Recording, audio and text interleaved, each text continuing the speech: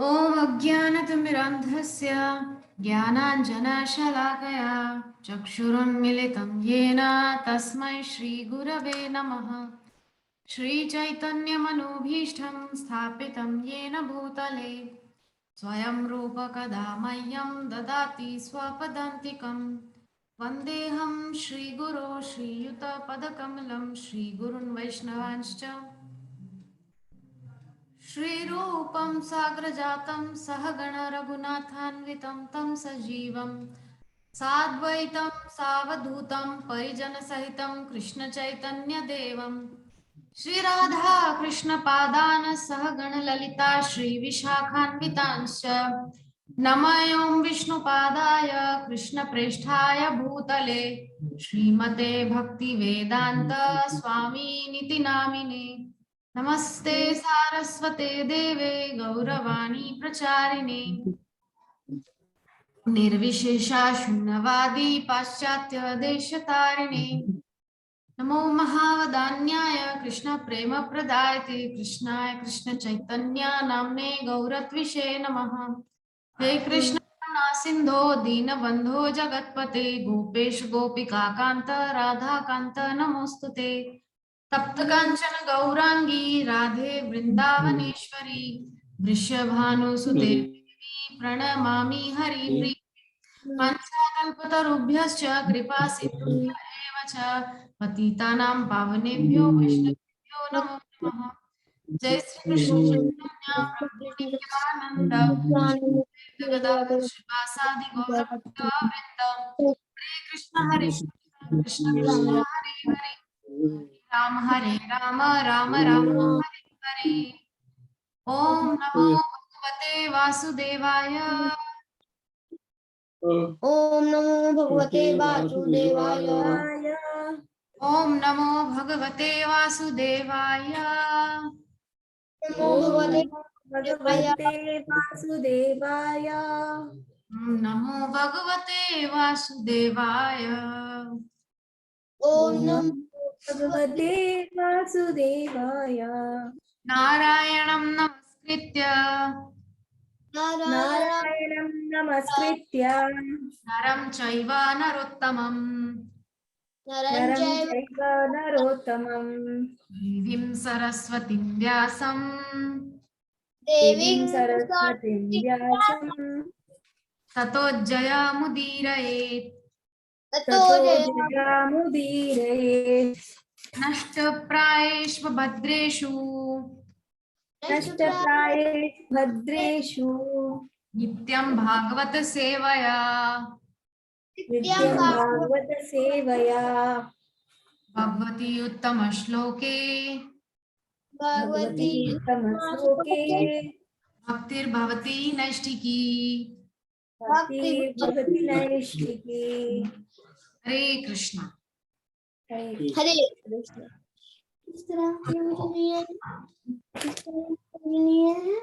तबीयत नहीं बोले कि खराब बोले। अब जैसा कि मैंने आप सबको कुछ देर पहले ही बताया कि आज प्रभु जी की तबीयत ठीक नहीं है, स्वास्थ्य ठीक नहीं है, इस वजह से आज वो थोड़ा विश्राम कर रहे हैं और मुझे जो है पुनः मेरी कृष्ण कथा बोलने का सेवा दिया गया है। मेरा तो क्रम चल रहा है। तो कृष्ण पुस्तक का आज जो हम अध्याय शुरू करने जा रहे हैं उसका नाम है ब्रह्मा द्वारा भगवान कृष्ण की स्तुति। श्रीमद् भागवतम के दशम स्कंद का 14वां अध्याय है, 14th चैप्टर है, दशम स्कंद है, 10th कैंटो, और आज इसका 14वां अध्याय शुरू होने जा रहा है जिसका नाम है ब्रह्मा द्वारा भगवान कृष्ण की स्तुति।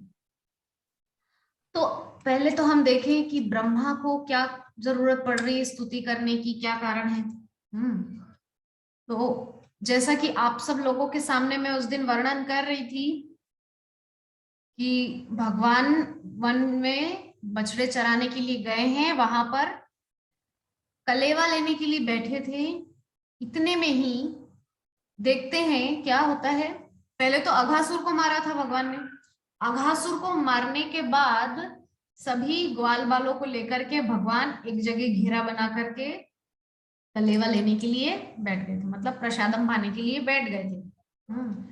तब अचानक क्या होता है, जो है स्वर्ग में जब अघासुर को भगवान मारे तो स्वर्ग में दुंदुभियां बजने लगी थी, जय जयकार होने लगी थी। तो ब्रह्मा जी ने सोचा ये क्या हो रहा है। तो ब्रह्मा जी ने देखा कि ये छोटे से बालक ने जो है इतने बड़े राक्षस को मार दिया।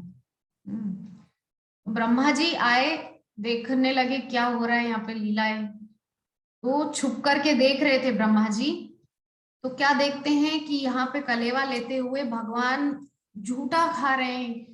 हमने उस दिन देखा था कि मधुमंगल जो छाछ लेकर आया था 2 दिन पुरानी छाछ, भगवान को ना पिलानी पड़े वो पुरानी छाछ, भगवान को कष्ट होगा, मेरे प्रिय गोपाल को कष्ट होगा, ये सोचकर मधुमंगल ने वो छाछ कन्हैया को ना पिला करके खुद पी लिया।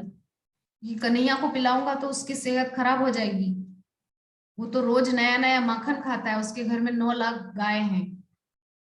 ये सोचकर मधुमंगल ने वो खट्टी पुरानी छाछ को स्वयं ही पी लिया। हाँ, और स्वयं पी करके उस छाछ को और मुख में जैसे ही लिया तो वहां पर क्या होता है, कन्हैया देख लेते हैं और बोलते हैं देखो ये मधुमंगल मेरे हिस्से की छाछ भी खुद पिए जा रहा है। तब क्या होता है, देखते हैं भगवान मधुमंगल के यहाँ से थोड़ी सी छाछ निकल रही थी, उसको चाटने लगे। तो ब्रह्मा जी ये देख करके भ्रमित हो गए कि ये कैसा परमात्मा है, भगवान है जो किसी के मुख से झूठा खा रहा है। तो ब्रह्मा जी वो देखकर चकित हो गए थे, इसलिए ब्रह्मा जी ने क्या किया था, सब जो है बछड़ों को चुरा लिया था। और फिर धीरे भगवान जब बछड़ों को ढूंढते हुए गए तो ग्वाल बालों को भी चुरा लिया ब्रह्मा जी ने। अब कन्हैया ने क्या किया, अपनी लीला का विस्तार किया और अपने ही अंदर से ढेर सारे उतने ही ग्वाल बाल बछड़े सब प्रकट कर दिए। 1 साल तक ये सब चलता रहा। धीरे धीरे बलराम भैया को भी पता चल गया कि क्या लीला है। अब ब्रह्मा का तो एक ही क्षण हुआ था, कल की कृष्ण कथा में इस पर विस्तार से चर्चा हुई थी कि ब्रह्मा जी यहां से ग्वाल बाल बछड़ों को लेकर के गए और रख के वापस आए, इतने में ब्रह्मा जी का तो एक क्षण हुआ था, लेकिन यहाँ तो एक पूरा साल बीत गया था, पूरा 1 साल। तो उस 1 साल में यहाँ पे बहुत कुछ हो गया, सब आराम से चल रहा है पूरी लीला भगवान की, गाय भी बछड़े भी हैं बच्चे भी हैं। तो ब्रह्मा ने सोचा कि मैं अब जाके देखूं, मैंने तो चुरा लिए, वहां पे सब जो माताएं हैं वो सब रो रही होंगी, सब घर वाले परेशान होंगे, गैयाएं अपने अपने बछड़ों के बिना बिलख रही होंगी। लेकिन ब्रह्मा ने यहाँ आकर के देखा तो ब्रह्मा जी के तो होश फाख्ता हो गए। क्या देखते हैं कि चारों तरफ चतुर्भुज नारायण अपने अपने लीलाओं में लगे हुए हैं। कोई उस बछड़े को इधर बुला रहा है, कोई क्या कर रहा है, कोई क्या कर रहा है। इस प्रकार से चल रहा था वहां पे सब। तो ब्रह्मा जी को बहुत ग्लानि हुई जान करके कि मैंने जिसकी परीक्षा लेने की कोशिश की वो कोई छोटा बालक नहीं है, वो तो मेरे भी पिताजी हैं। मेरे भी पिताजी की परीक्षा लेने की कोशिश कर ली मैंने। तो ब्रह्मा जी क्या करते हैं, साथ में सब ग्वाल बाल सखाओं को बछड़ों को लेकर आते हैं, भगवान को समर्पित करते हैं। तब भगवान उस समय एकांत में बिल्कुल शांत खड़े थे, एक पेड़ के नीचे मुरली बजा रहे थे भगवान। और जैसे ही ब्रह्मा आए वहां पर तो अपने घुटनों पर आकर के रोने लगे, गिड़गिड़ाने लगे। और क्या कह रहे हैं ब्रह्मा जी, श्री ब्रह्मोवाच नौमिड्यते भ्रवपुषे तडिदंबराय गुंजावतन सपरिपृच्छन सन्मुखाय वन्यसृजे कवलवेत्र विषाण वेणु लक्ष्मश्रिये मृदुपदे पशुपांगजाय। कि हे मेरे परमात्मा, आप एकमात्र आप ही नौमिड्यते भ्रवपुषे तडिदंबराय, एकमात्र आप ही पूजा करने योग्य हैं। एकमात्र कह रहे हैं ब्रह्मा जी यहाँ पे स्पष्ट, एकमात्र आप ही पूजा करने के योग्य हैं, क्योंकि आप सर्वोच्च शक्ति हैं। कृष्ण है ना, कृष्ण के ऊपर कोई नहीं है। कृष्ण के बाद उनके जो है बलराम है, बलराम के बाद फिर संकर्षण है, फिर संकर्षण से फिर चतुर्व्यूह है, फिर चतुर्व्यूह के नीचे एक संकर्षण है, फिर उसमें चतुर्व्यूह है। इस प्रकार से बहुत बड़ा क्रम है, किंतु कृष्ण के ऊपर कोई नहीं है, कृष्ण के बराबर कोई नहीं है, कृष्ण के ऊपर कोई नहीं है, कृष्ण से नीचे है सब। इसीलिए ब्रह्मा जी अपनी हार मानते हुए यहाँ पर, कल भी मैंने कहा था कि ब्रह्मा जिनकी आयु का कल हम अनुमान लगा रहे थे, कितनी आयु है ब्रह्मा जी की? ये जो चतुर्युगी है 43,20,000 वर्ष, इस चतुर्युगी की आयु है 43,20,000 वर्ष। ऐसी चतुर्युगी जब 72 बार निकलती है, 72 टाइम्स, तब एक मनु का राज्य पूरा होता है, एक मनवंतर। और ऐसे 14 मनवंतर जब जाते हैं तो ब्रह्मा जी का केवल 12 घंटा का दिन निकलता है, एक दिन।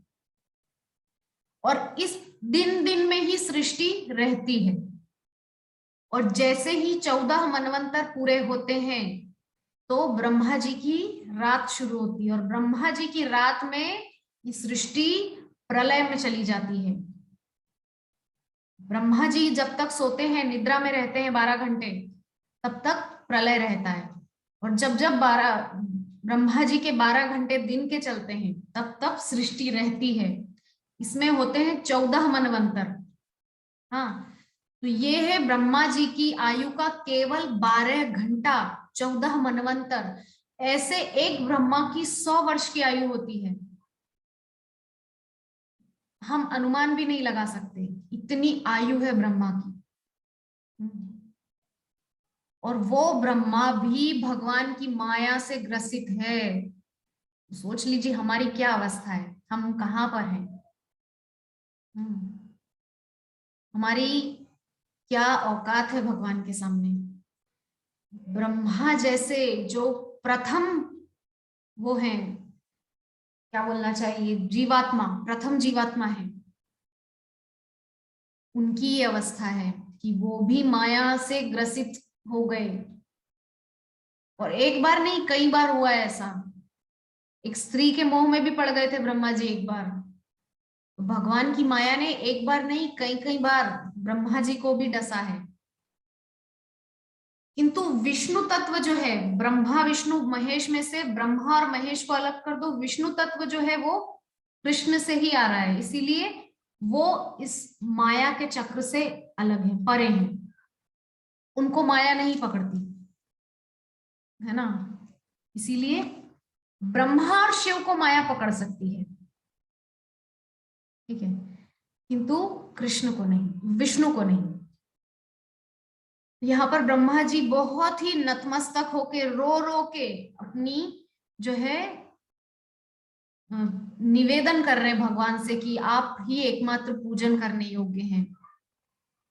हे नंद बाबा के लाडले बेटे, यहाँ पे बोल रहे हैं ब्रह्मा जी, आपका ये जो दिव्य नीलांबर जैसा शरीर है, तड़िदंबर आया, ब्रह्मा जी कह रहे तड़िदंबर आया। हमने देखा है बारिश के समय में जब बिजली कड़कती है, एकदम से जोर से बिजली कौंधती है, तो कैसा रंग हो जाता है पूरे आसमान का। वो जो तड़ित, जो एकदम से चमकती है बिजली, उसका जो रंग होता है, तो तड़िदंबराय, उसी तड़ित द्युति विनंदित पीतांबरधारी, भगवान का एक नाम है, तड़ित द्युति विनंदित पीतांबरधारी। भगवान की जो द्युति है, शरीर का जो कांति है, जो रंग है, आप मेरे पीछे बैकग्राउंड अगर देख पा रहे हैं तो नीला नीला सा आपको दिख रहा होगा। तो ये भगवान की कांति है, तड़ित द्युति। तो इसीलिए यहाँ पर ब्रह्मा जी बोल रहे हैं नौमिड्यते भ्रवपुषे तड़िदंबराय। आगे कह रहे हैं गुंजावत सपरिपृच्छल सन्मुखाय। आपके जो वस्त्र है ना, रेशमी पीतांबर पहना हुआ है भगवान ने, बहुत सुंदर रेशमी वस्त्र पहने हुए हैं, पीतांबरी पहनी हुई है, इतना चमकता हुआ पीतांबर है भगवान का, ऐसा अद्भुत, सौदामिनी, विद्युत की तरह, बिजली की तरह, कौंधती हुई बिजली की तरह भगवान का पीतांबर है। और आपके चेहरे की जो आभा है, जो आपने गुंजा एक तरीके के फूल होते हैं, तो गुंजा के भगवान ने कानों में इयररिंग्स पहने हुए, कर्ण फूल भगवान के, गुंजा के फूल पहने, गुंजावत तन सपरिपिच्छल सन्मुखाय। और आपका बहुत सुंदर मोर का मुकुट है। मुकुट भगवान पहनते नहीं थे असल में उस समय, जब तक 11 वर्ष 56 दिन भगवान जो है ब्रज में रहे, और उस 11 वर्ष 56 दिन के समय में भगवान ने कभी अपने पैरों में पादुका नहीं पहनी, कभी नहीं, और कभी मुकुट नहीं पहना। मैया सिर्फ रेशमी जरी की पगड़ी पहनाती थी, क्योंकि ग्वाले हैं, और उस पगड़ी में मैया जो है मोर पीछ लगा दिया करती थी। इस प्रकार से मैया जो है खूब सुंदर, पहले तो बड़े बड़े केश थे भगवान के, बड़े बड़े केशों को बांध के मैया वेणी सजाती थी, खूब सुंदर फूलों से सजाती थी, फिर जरी की पगड़ी बांधती थी और उसमें मोर पीछ लगाती और बहुत मैया श्रृंगार करती थी लला का। जैसा कि हमने देखा है इस्कॉन के मंदिरों में भी भगवान के सिर पे कितना श्रृंगार किया जाता है। तो ऐसे ही मोर की जो है, मोर पिच्छ भगवान के उसमें धारण किया हुआ है। कई लोगों का ये कहना है कि क्यों मोर पीछ को इतनी महत्ता दी गई है, क्योंकि मोर जो है वो निष्काम पक्षी है बिल्कुल। मोर में जो प्रजनन होता है वो स्त्री पुरुष के संयोग से नहीं होता। वर्षा ऋतु में जब जो मोर होता है, नर जो होता है, वो वर्षा को देख करके प्रसन्नता से नाच उठता है, तो उसकी आंखों से जो अश्रु गिरते हैं उसी को मोरनी पी लेती है, उस अश्रु बिंदु को, जिससे वो गर्भ धारण करती है।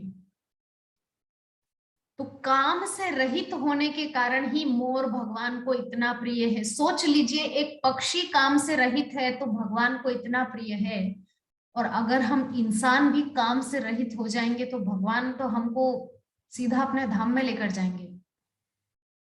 इससे ये साबित होता है कि भगवान हमसे भी यही चाहते हैं कि निष्काम रहो, कामना से रहित रहो। कुछ भी आंखों को लुभावना दिखे तो तुरंत आंखें उधर भागती हैं। अच्छा चेहरा, अच्छे कपड़े, कुछ भी आकर्षक सब कुछ भी आंखों को दिखता है तो आंखें तुरंत उधर दौड़ के जाती हैं। तो हम, सबसे पहली बात तो हम क्यों इतने इंद्रियों के गुलाम हैं कि आंख जो देखना चाहती है वो हम क्यों देख रहे हैं। हम जो देखना चाहें वो आंखें देखें। हम देखना चाहते हैं राधा रमन लाल को, आंखों को भी उनको ही देखना है। हम क्यों वो सुने जो कान सुनना चाहते हैं, कान वो सुने जो हम सुनना चाहेंगे।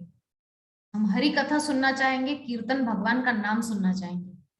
कान वो क्यों सुने जो कान सुनना चाहते हैं, कान वो सुने जो हम सुनाना चाहेंगे।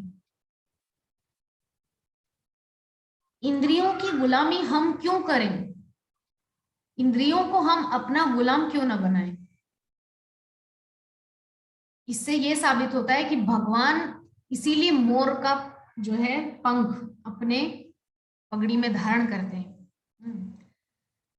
इसके अलावा भगवान ने बहुत सुंदर वैजयंती माला पहनी हुई है, वैजयंती के फूलों की। अच्छा, वो जो माला होती है वो बहुत लंबी होती है, घुटने से भी नीचे जो जाती है माला,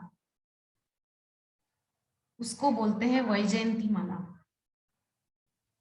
सबसे सुंदर से सुंदर फूलों की माला भगवान धारण किए हुए हैं,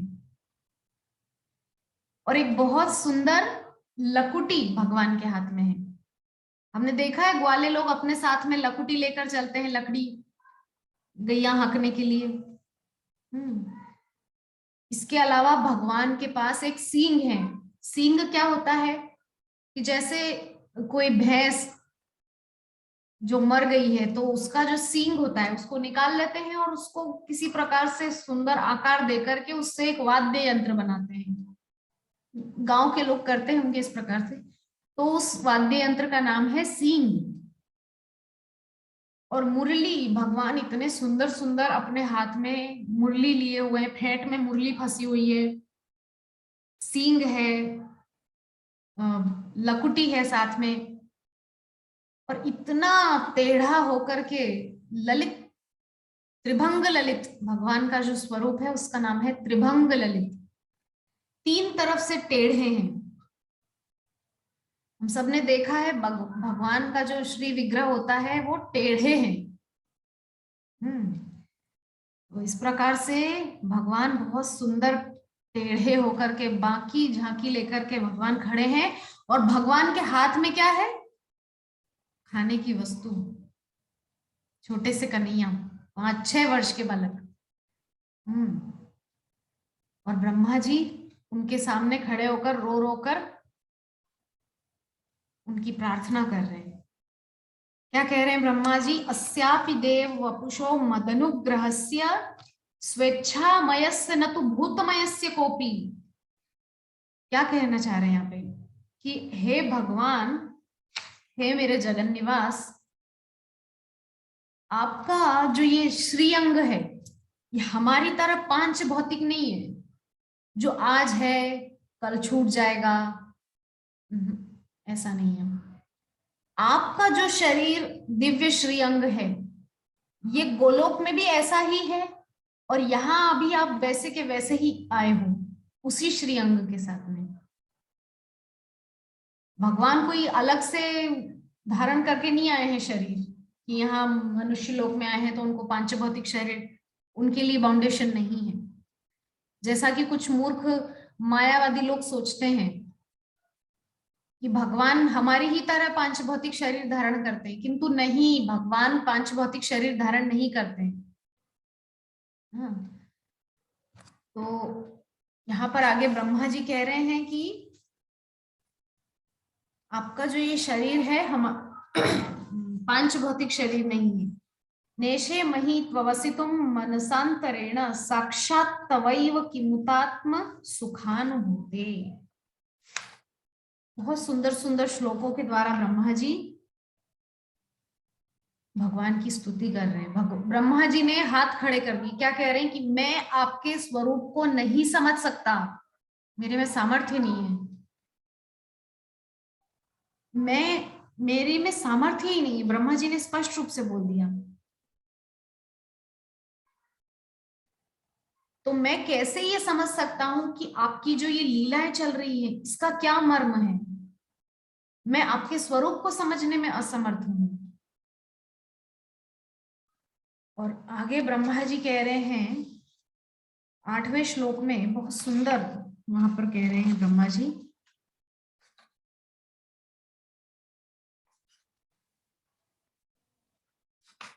कि तत्तेनुकंपां सुसमीक्षमाणो भुंजान एवात्मकृतं विपाकम् हृद्वाग वपुर्भिर्विदधन्नमस्ते जीवेत यो मुक्ति पदे सदाय भाक। हे मेरे प्रिय ईश्वर, जो बहुत ही आपकी कृपा के लिए सब समय जो लालायित रहते हैं, जो कि सब समय आपकी कृपा के लिए जो चाहते हैं कि उन पर आपकी कृपा हो, ऐसे लोग ही आपके मर्म को समझ सकते हैं, जो निरंतर आप पर ही आधारित रहते हैं। कहने का मतलब ये है, जो आपकी ही अनुकंपा पे जिनका जीवन चल रहा है। किसी ने जैसे बोल दिया हो कि अब मेरा अपने हाथ में कुछ नहीं है, मेरा सारा भार आप पर है, ऐसे लोगों का एकमात्र जो है आश्रय आप ही हैं भगवान। इस प्रकार से ब्रह्मा जी ने बहुत सुंदर सुंदर 40 श्लोकों में भगवान की स्तुति की है, एक दो श्लोकों में नहीं। उत्क्षेपण गर्भगतस्य पादयो किम कल्पते मातुरधोक्ष जागसे किमस्ति नास्तिव्य व्यपदेश भूषितम तवास्ति कुक्षे कियदप्यनंतः। अब यहाँ ब्रह्मा जी बहुत सुंदर बात बोल रहे हैं, हे भगवान, मैं मानता हूं मेरे से गलती हुई है, किंतु क्या जब मां के गर्भ में बालक रहता है और बालक हाथ पैर चलाता है, तो क्या मां बदले में इधर से उसको मारती है? नहीं, मां प्रसन्न होती है कि मेरा बच्चा हष्ट पुष्ट है, अंदर हिल डुल रहा है, जीवित है, उसमें शक्ति बढ़ रही है। मां प्रसन्न होती है। मां थोड़ी बदले में इधर से बच्चे को मारती है कि तूने मेरे को मारा, अब मैं तेरे को मारती हूँ, नहीं। तो इसी प्रकार से हम सब जीव भी तो आपकी कुक्षी में ही हैं। ये सब क्या है? ये सृष्टि सारी भगवान के उदर में ही है। तो हम सब भी तो आपके उदर में ही हैं। अगर हम ऐसी कोई छोटी मोटी भूल करें तो आप थोड़ी मार सकते हैं बदले में हमको। गर्भवती मां नहीं मारती ना बच्चे को, इस प्रकार से आप भी कैसे कर सकते हैं ऐसा? तो ब्रह्मा जी जब ये सब बोल रहे हैं तो भगवान मंद मंद मुस्कुरा रहे हैं। हल्का हल्का सा भगवान के मुख पे हंसी आ रही है, लेकिन फिर भी चुप है, एक शब्द भी भगवान नहीं बोल रहे हैं। तब आखिरी में ब्रह्मा जी ने क्या किया, एक जो है ऐसी बात बोली कि भगवान बोले तो कुछ भी नहीं, लेकिन हंस रहे थे।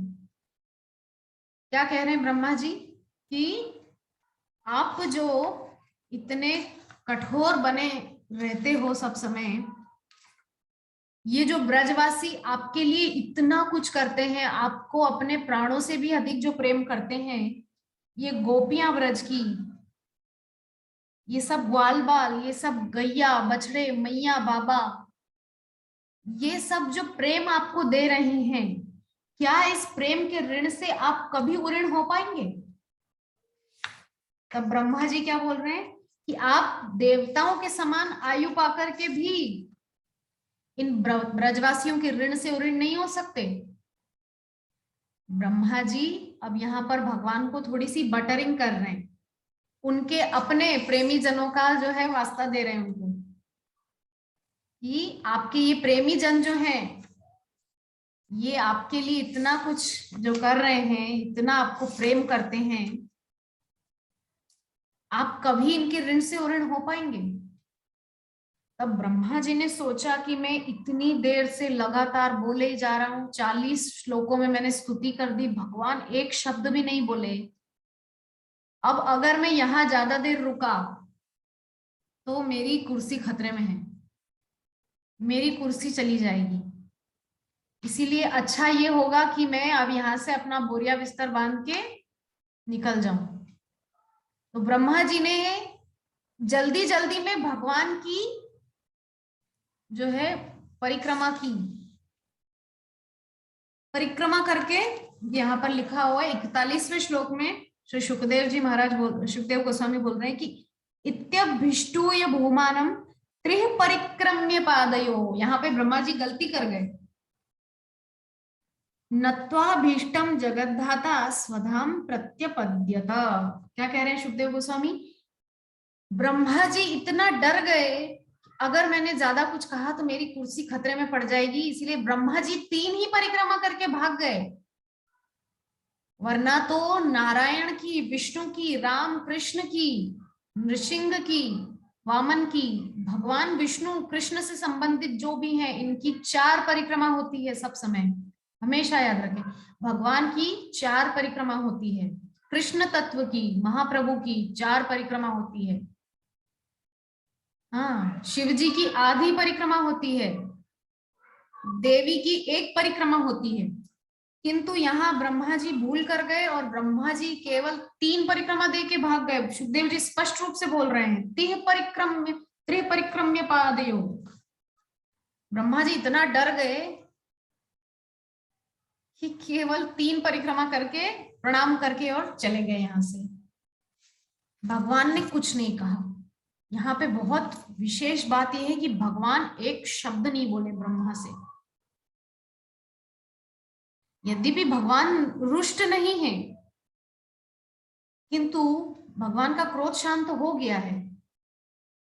वैसे भी भगवान क्रोध नहीं करते हैं, भगवान अपने भक्तों को लाइन पे लाने का प्रयास करते हैं अपनी लीलाओं के माध्यम से, कि गलती ना करें बस। ठीक है, तो यही ब्रह्मा जी के माध्यम से हमको भी समझना है कि ऐसी भूल ना करें, भगवान की परीक्षा लेना इत्यादि, कि हमारी कुछ सामर्थ्य ही नहीं है। हम बहुत ही तुच्छ प्राणी हैं, किंतु फिर भी अगर हम भगवान की परीक्षा लेने की चेष्टा करेंगे तो निरी मूर्खता है। प्रभुपाद ने स्पष्ट रूप से कहा है कि जो भगवान की बराबरी करने की या भगवान की परीक्षा लेने की कोशिश करते हैं वो निरे मूर्ख हैं।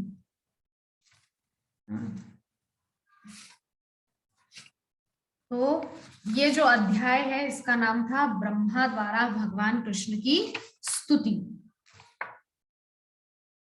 और यहाँ पर ये अध्याय जो है पूरा होता है। और आज का जो हमारा सत्र है ये भी पूरा होता है। अगले सत्र में हम 15वें अध्याय पे चर्चा करेंगे। तो आज के इस सत्र के ऊपर आप में से किसी वैष्णव का कुछ प्रश्न, जिज्ञासा, कुछ क्वेरी कुछ भी हो तो आप कह सकते हैं। हरे कृष्ण। हमारे पास 8:45 बचा हुआ है, 8 मिनट 40 सेकेंड। इसमें हम कुछ चर्चा कर सकते हैं अगर कोई प्रश्न है आप में से किसी का।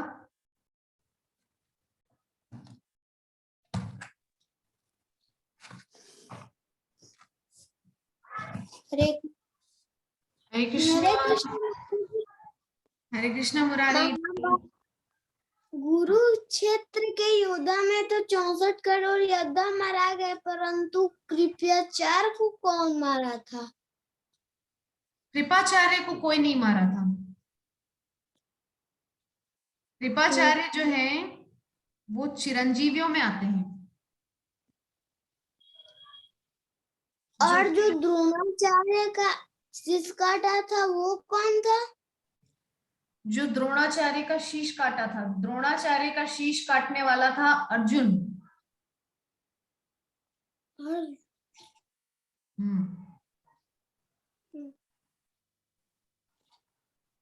द्रौपदी का भाई का नाम है, वो उन्होंने काटा। ओ अच्छा अच्छा अच्छा, हाँ धृष्टद्युम्न, क्षमा करना। जो द्रोणाचार्य को जिसने मारा था वो है धृष्टद्युम्न, क्योंकि वो उसी लिए उसका जन्म हुआ था। अभी मुझे याद आया, बहुत बहुत धन्यवाद। उसका जो जन्म हुआ था वो इसी उद्देश्य से हुआ था। असल में जो द्रौपदी के पिता हैं द्रुपद, हाँ ध्यान से सुनना मुरारी, जो द्रौपदी के पिता है द्रुपद, द्रुपद और द्रोणाचार्य दोनों बचपन में मित्र थे, किंतु किसी बात पे दोनों के बीच में झगड़ा हो गया था, जिसकी वजह से दोनों के बीच में बहुत कट्टर दुश्मनी हो गई थी। तो द्रुपद ने यज्ञ करवाया था, और उस यज्ञ से, वो यज्ञ इसलिए करवाया था कि एक ऐसा पुत्र उत्पन्न हो जो मेरे शत्रु द्रोणाचार्य को मारे। तो धृष्टद्युम्न उत्पन्न हुआ था, और उसी अग्निकुंड से द्रौपदी भी उत्पन्न हुई थी। तो द्रुपद के दोनों बच्चे थे, धृष्टद्युम्न और द्रौपदी। तो धृष्टद्युम्न जिस उद्देश्य से उत्पन्न हुआ था उसी उद्देश्य को उसने पूरा किया। द्रोणाचार्य को का सिर उसने धड़ से अलग कर दिया था, क्योंकि द्रोणाचार्य ने सुन लिया था कि अश्वत्थामा हतो नरोवा कुंजरोवा। उसको पता नहीं था कि असल में जो मरा है वो हाथी है। उसने ये सोचा मेरा बेटा मर गया तो अब मैं जी के क्या करूंगा, इसीलिए उसने भी जो है लगभग अपना ऐसे समाधि में बैठ गया था वो क्या कहना चाहिए, वो शॉक्ड हो गया था बहुत बुरी तरह से। तो उस शॉक में धृष्टद्युम्न आकर के उसका द्रोणाचार्य का जो है सिर धड़ से अलग कर दिया। ठीक है, समझ गए मुरारी? और कोई जी प्रश्न? माता जी नहीं माता जी। अच्छा, ठीक है। और किसी का भी कोई प्रश्न है तो हम ले सकते हैं, क्योंकि 5 मिनट और रहा है हमारे पास, उसके बाद ये मीटिंग शेष हो जाएगा।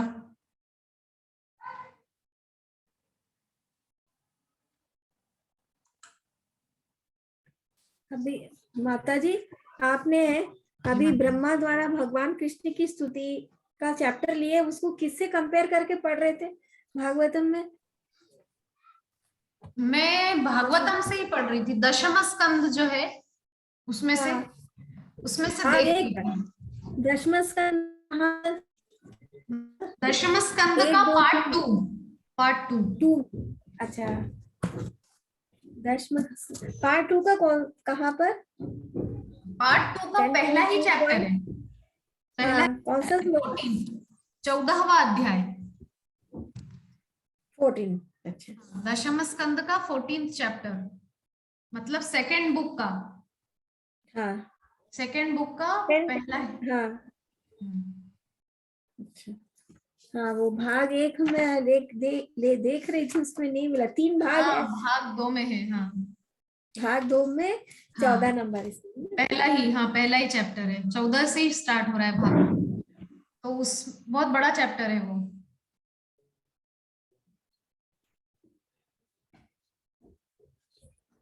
अच्छा,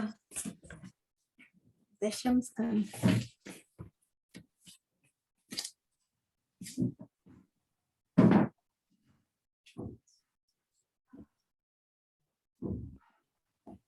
दो, तीन, चार, दशम स्कंद में चार भाग है। हाँ, उसमें दूसरा भाग के, हाँ, अच्छा, 14। हाँ, हाँ, ठीक है। उसमें जो शुरू से 1 से लेके जो 40 श्लोक हैं वो ब्रह्मा जी हाँ की जी, स्तुति ही है। ब्रह्मोवाच लिखा होगा उसमें, हाँ, ब्रह्मोवाच, धन्यवाद। है ना? ये 40 श्लोक ब्रह्मा के द्वारा की हुई स्तुति है ना? फिर कालिया नाग का होगा। हाँ, ब्रह्मोवाच। अतः इसमें तो 42, 43, 44 बहुत सारा। अच्छा, बहुत दोनों बड़ा का है, बहुत बड़ा चैप्टर, बहुत बड़ा है, हम्म। किंतु वो जो श्लोक है वो 40 ही है, शुरू शुरू के 1 से 40 तक। माता जी, आपको कोई प्रश्न है इस संदर्भ में, आज की जो कथा है इसके संदर्भ नहीं, में? अभी तो मैं इसको पढ़ी नहीं आती है, बस आप जस्ट आप थोड़ा अंदर से पढ़ोगी तब प्रश्न निकलेगा तो पूछूंगी। ठीक है, अभी थोड़ा ध्यान से मैं एक एक शब्द को देखती हूँ उसका, उसके बाद। बहुत अच्छी बात है। भागवतम के प्रति रुचि होना तो बहुत विरले लोगों में होता है, सब में। वही है, बहुत जानने की इच्छा है, बोले ना हमको खूब जानना है। हम बस अभी तक जिज्ञासु की कैटेगरी में है आप। भगवत गीता में जिन लोगों का वर्णन हुआ है, माता जी का नेटवर्क मुझे लगता है ठीक नहीं है, तो हमारे पास अब सिर्फ 1 मिनट और 40 सेकंड बचा है, तो हम इस सत्र को यहीं विश्राम करते हैं। वांछा कल्पतरुभ्यश्च कृपा सिंधुभ्य एव च पतितानां पावनेभ्यो वैष्णवेभ्यो नमो नमः। हरे कृष्ण कृष्ण कृष्ण हरे हरे, हरे राम राम राम हरे हरे। ग्रंथराज श्रीमद् भागवतम महापुराण की, जगत गुरु श्रील प्रभुपाद की, अनंत कोटि वैष्णव भक्त वृंद की, समवेत गौर भक्त वृंद की, निताई गौर सीतानाथ प्रेमानंदे। हरि हरि बोल। विभा माता जी, हरे कृष्णा। अभी कैसा स्वास्थ्य है हरे आपका?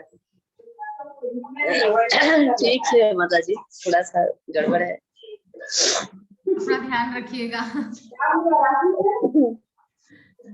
थोड़ा सा गड़बड़ मौसम वेदर के चलते हो रहा है। हाँ वही, आज प्रभु बीमार है इसीलिए वो क्लास नहीं दे पाए। जी, वेदर ऐसा है ना। हाँ वो भी अंदर रेस्ट कर रहे हैं।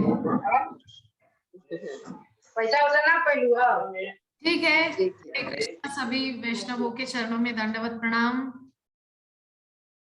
हरे कृष्णा। हरे कृष्णा।